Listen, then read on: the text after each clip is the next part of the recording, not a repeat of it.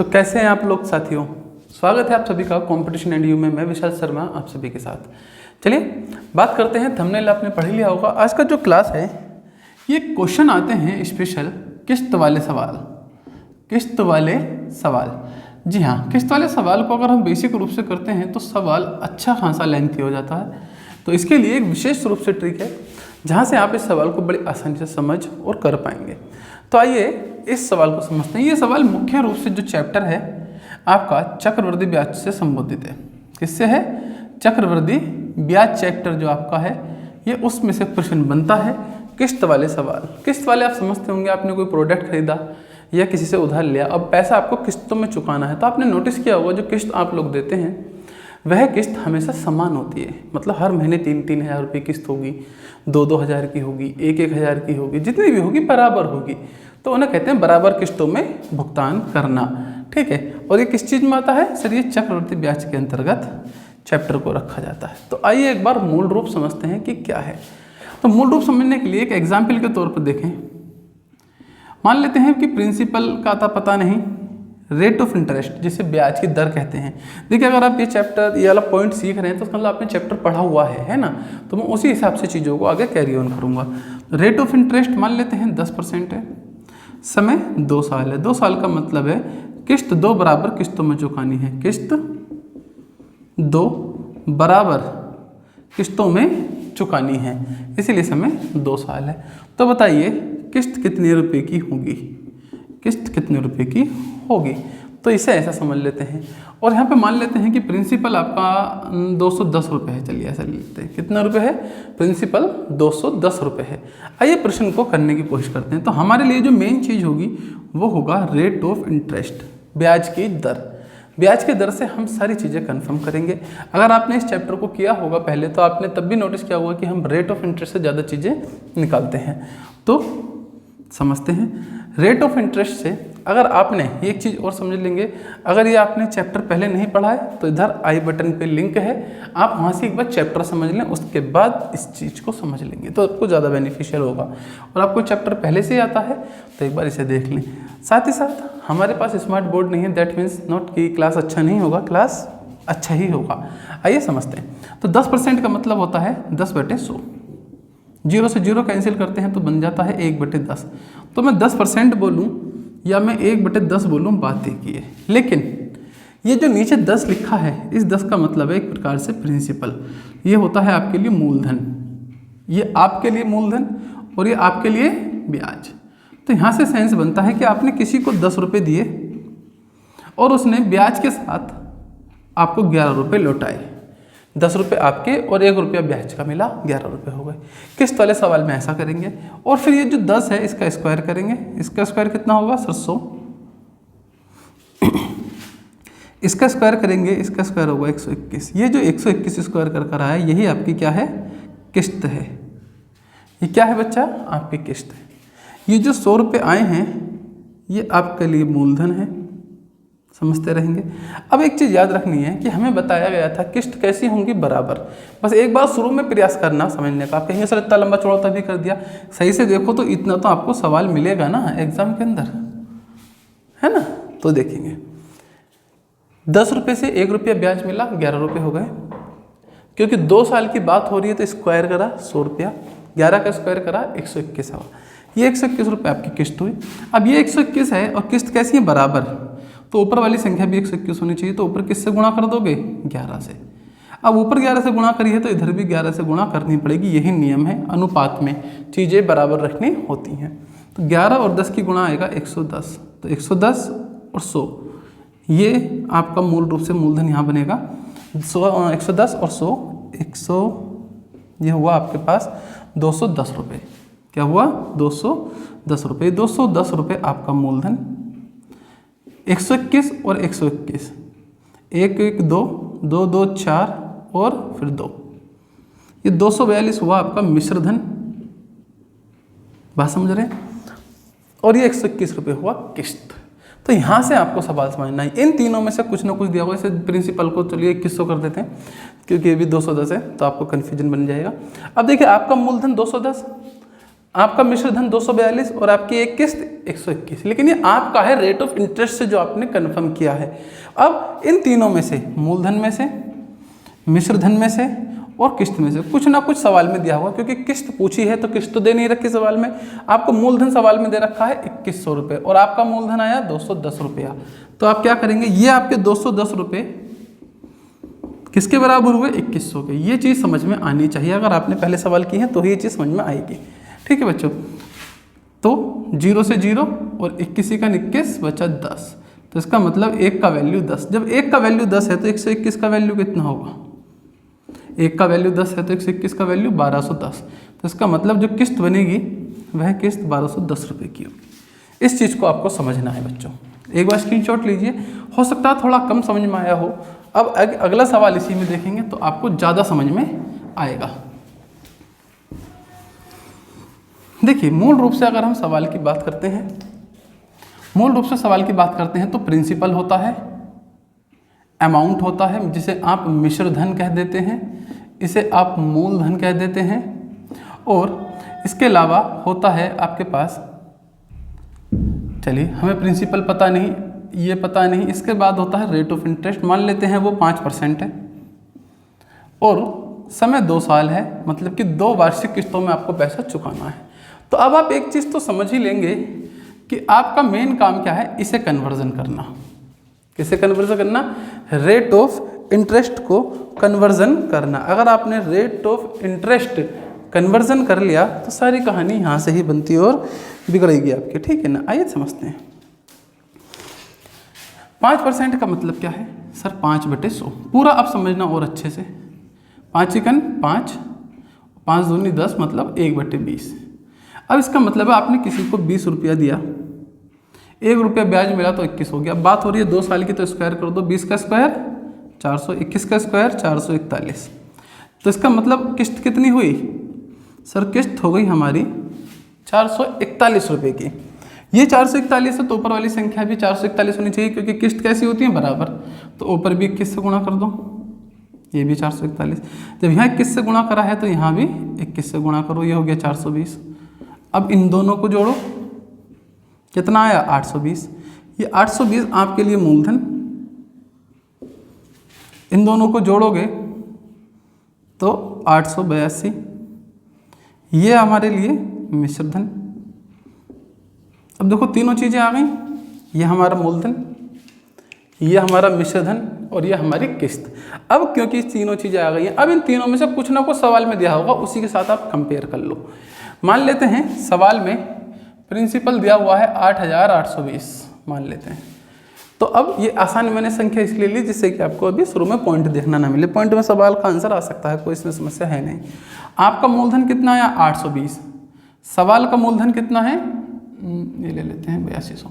सवाल का मूलधन कितना है 8200, आपका मूलधन 820, सवाल का मूलधन 8200। तो आप कह सकते हैं कि 820 का वैल्यू 8200 के बराबर है। 0 से 0 काटेंगे, 82 से 82 और एक 0 बचा, तो 1 का वैल्यू कितना आया 10 आया। जब 1 का वैल्यू 10 है और किस्त बतानी है तो 441 का वैल्यू कितना होगा सर, ये होगा 4410। तो ये हो गई आपकी किस्त। आपको बात समझ में आ गई होगी। देखो सबसे पहला काम है जो आपका रेट ऑफ इंटरेस्ट है उससे ये कन्फर्मेशन करवा लेना कि आपका किस्त कितनी है, मूलधन कितना है और मिश्रधन कितना है।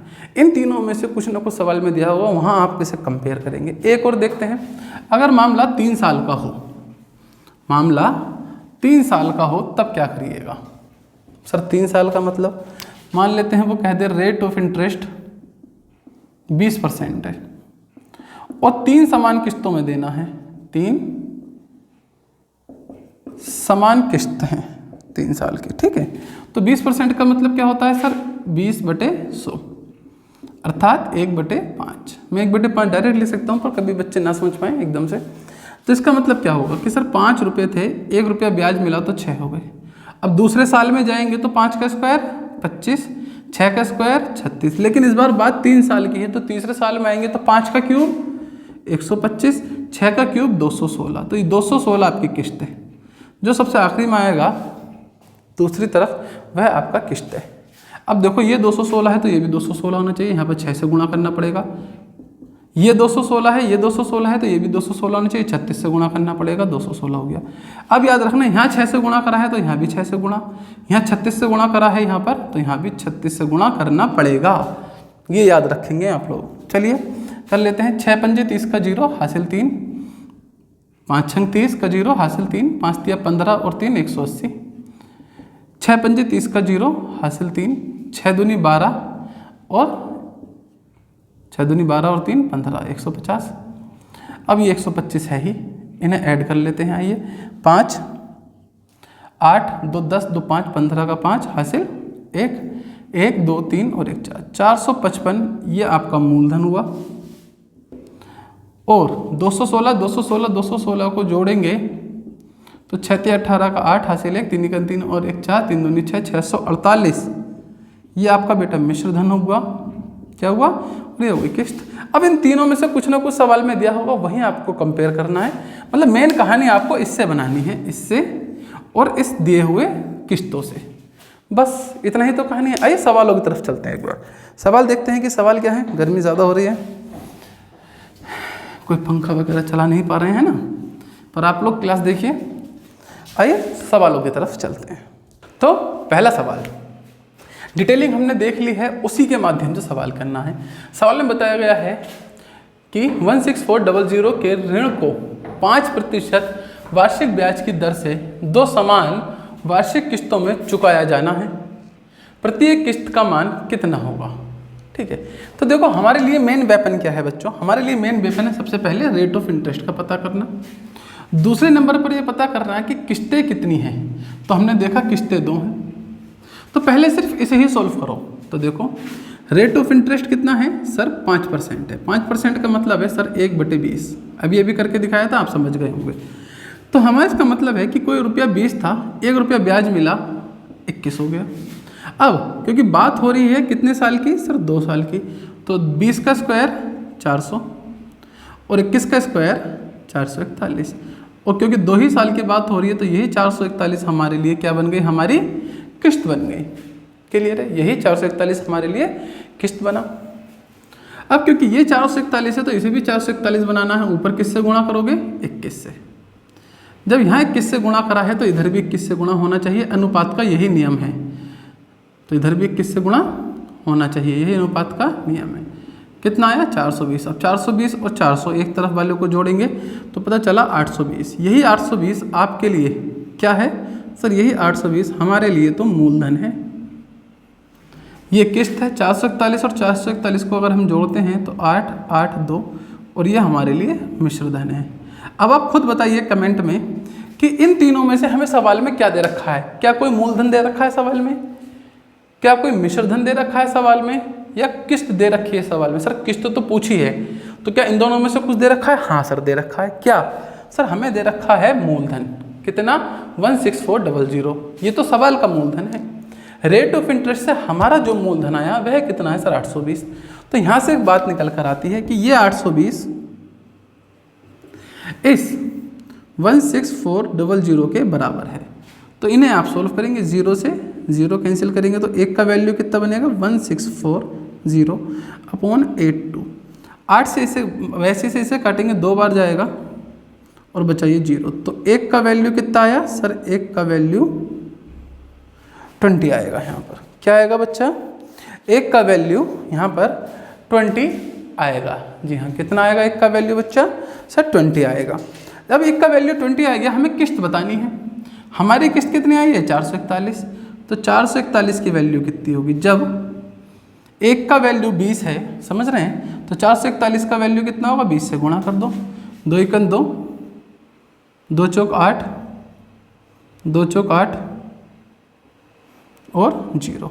तो इसका मतलब जो एक किस्त बनेगी सर वो 8820 की बनेगी। है ऑप्शन में कहीं? हाँ सर है, 8820। तो एक बार सवाल का स्क्रीनशॉट लेंगे और समझेंगे। ज़्यादा कुछ है नहीं सवाल में, बड़े आराम से किया जा सकता है सवाल, बहुत ही आराम से, बिल्कुल सीधा। आइए अगले सवाल पर चलते हैं। स्क्रीनशॉट आप लोगों ने ले लिया होगा। प्रोजेक्टर तो है हमारे पास, लेकिन अभी स्मार्ट स्क्रीन नहीं है। आइए 20% वार्षिक चक्रवृद्धि ब्याज की दर से 550 रुपये का ऋण 2 समान किस्तों में अदा करना है। प्रत्येक किस्त कितने की होगी? फटाफट मुझसे पहले कोशिश करें कि आप सवाल कर पाएँ, क्योंकि अगर आपने बेसिक को समझा है तो सवाल आप कर पाएंगे। प्लीज़ प्रयास कीजिए एक बार। तो अब देखते हैं सर, 20% से मतलब बनेगा 1/5, और 1/5 का मतलब है कि किसी को आपने 5 रुपया दिया होगा, 1 रुपया ब्याज के साथ 6 रुपये मिले। बात कितने साल की है सर? 2 साल की, 2 समान किस्तों में देना है। तो 5 का स्क्वायर 25, 6 का स्क्वायर 36, तो यही 36 रुपये आपके लिए आपकी किस्त है। अब क्योंकि किस्त बराबर है तो ये 36 ऐसे भी 36 करने के लिए 6 से गुणा करोगे। जब यहाँ 6 से गुणा करा है तो यहाँ भी करोगे, तो 30 और 25 कितना हो गया सर? 55। यही 55 आपके लिए क्या है सर? मूलधन है। 36 और 36 72, ये 72 आपके लिए क्या है सर? मिश्रधन। अब देखो और बताओ क्या चीज़ है सर? सवाल में तो 550 रुपये का मूलधन है, हमारा मूलधन 55 रुपये का है, तो हम कह सकते हैं कि 55 रुपये का वैल्यू 550 है। कट करेंगे तो 1 का वैल्यू कितना निकल कर आएगा सर? 10। जब 1 का वैल्यू 10 है तो मुझे पता करना है 36 का वैल्यू कितना होगा। तो 10 से गुणा कर देंगे 36 की तो आएगा 360। तो हमारी वास्तविक किस्त कितने रुपए की बनेगी? हमारी वास्तविक किस्त 360 की बनेगी, है ऑप्शन में है। बड़े आराम से, देखिए कुछ ऐसा रॉकेट साइंस नहीं है सवाल के अंदर। और हाँ, ये भी जरूरी नहीं है कि आपसे किस्त पूछे, वो आपसे किस्त देकर प्रिंसिपल भी पूछ सकता है, किस्त देकर मिश्रधन भी पूछ सकता है, वो कुछ भी कर सकता है। सवाल है, स्क्रीनशॉट लेंगे और आगे बढ़ेंगे। आइए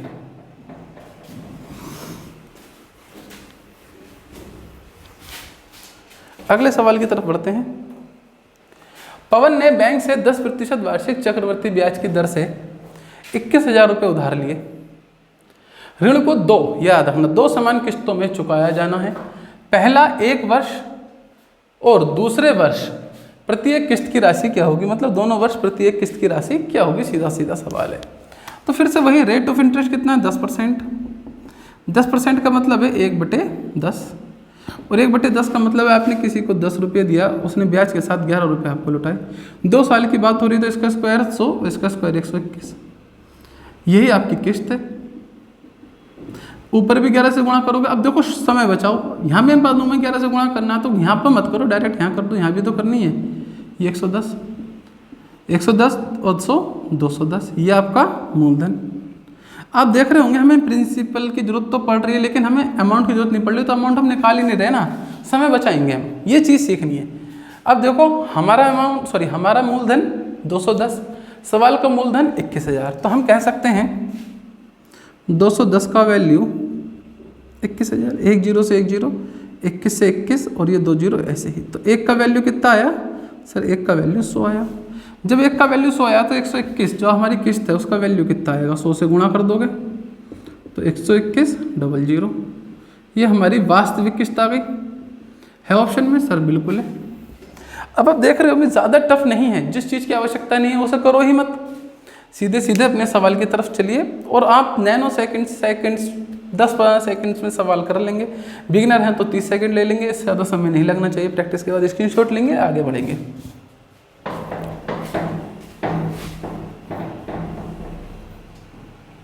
चलिए,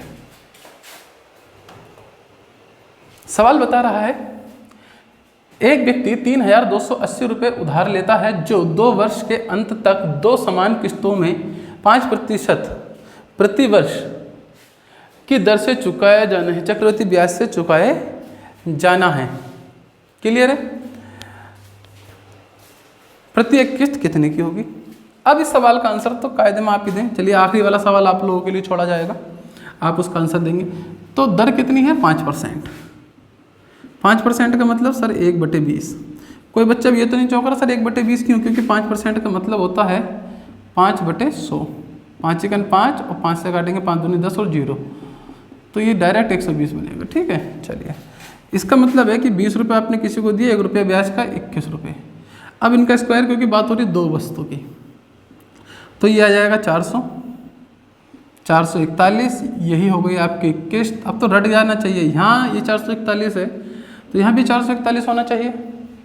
ऊपर भी 21 से गुणा करोगे तो उधर गुणा करने से अच्छा इधर ही कर दो। ये हो गया 420, 420 और 400 सर 820, ये हो गया हमारा मूलधन, ये हो गई किस्त हमारी। अब देखो हमारा मूलधन कितना है 820, सवाल का मूलधन कितना है 3820, तो आप लिख सकते हैं कि 820 का वैल्यू 3280 है, 0 से 0 आप कैंसिल कर सकते हैं, और 1 का वैल्यू कितना जाएगा 328/82। कितनी बार जाता हुआ प्रतीत हो रहा है सर 4 बार, तो 1 का वैल्यू 4 आया यहाँ से। जब 1 का वैल्यू 4 आया है तो 4 से 41 का वैल्यू कितना होगा, 4 से गुणा कर देंगे, 4 एकन 4, 4 चौक 16 का 6 हासिल 1, 4 चौक 16 और 1 17, 17 64, ये आपका आंसर बनेगा। है ऑप्शन में सर, है ऑप्शन नंबर सी। तो आप देख रहे हैं सवाल में कुछ खास इतना टफ नहीं है कि आप ना कर पाएँ, बड़े इजी से सवाल हैं। तो किस्त कितने की बनेगी सर 1764 रुपये की। स्क्रीनशॉट ले लेंगे और बढ़ेंगे आगे। नेक्स्ट सवाल की तरफ चलते हैं। आखिरी सवाल है ये, चलिए। अब देखो यहाँ पर आपको किस्त दी हुई है और प्रिंसिपल पूछा है। सवाल पढ़ते हैं। मनीष एक टीवी एक निश्चित कीमत पर खरीदता है और टीवी को यहाँ पर ये 1 और है, यहाँ पर एक 11025 ये होनी चाहिए राशि, है ना। 11025 की 2 समान वार्षिक किस्तों में 5% चक्रवृद्धि ब्याज की दर से भुगतान करने का वादा करता हो, तो बताइए टीवी के मूल्य कितना है। तो अब हमें भी कोई जोर नहीं है, हमें सिर्फ 5% को उठाना है। 5% का मतलब है 1/20, और जो अभी अभी किया था सेम वही है। 20 से कोई धनराशि 21, 20 का स्क्वायर 400, 441, ये हमारी हो गई किस्त। यहाँ भी 21 से गुणा कर देंगे, ये हो जाएगा आपका 420, जुड़कर आ जाएगा 820, और ये 820 हो गया हमारा मूलधन। देख रहे हो ना, इससे संख्याएं आपको रट जाएंगी, क्योंकि अक्सर सवाल में आते क्या एग्जाम में 5%, 15%, 10%, 20%, बस बात खत्म हो जाती है, इसीलिए फिगर रट जाती है। अब देखो आपकी किस्त, इस बार सवाल अलग है, आपको इस बार प्रिंसिपल बताना है। आपका किस्त कितना है सर, हमारा किस्त है 441, और सवाल का किस्त कितना है सर 11025। तो आपको क्या करना है इस बार, क्या मतलब है कि 441 की वैल्यू कितनी है सर 11025 है, तो 1 का वैल्यू कितना होगा 11025/441। बात समझ पा रहे हैं। अब यहाँ से 1 का वैल्यू निकालिए, जो भी 1 का वैल्यू आएगा उसका मल्टीप्लाई आप 820 से कर दीजिए, आपका प्रिंसिपल निकल कर आ जाएगा, अर्थात मूलधन निकल कर आ जाएगा, और ये जिम्मेदारी आप पर छोड़ दी जाती है। अब कमेंट में आंसर बताएंगे मूलधन क्या होगा, क्रय मूल्य क्या होगा। बात समझ गए। 441 की वैल्यू कितनी है 11025, तो 1 का वैल्यू कितना होगा, इससे इसे भाग दे दो जैसे हर बार कर रहे हैं, कुछ वैल्यू आएगा, उस वैल्यू की गुणा आप 820 से करेंगे, तो आपके पास आ जाएगा प्रिंसिपल अर्थात क्रय मूल्य।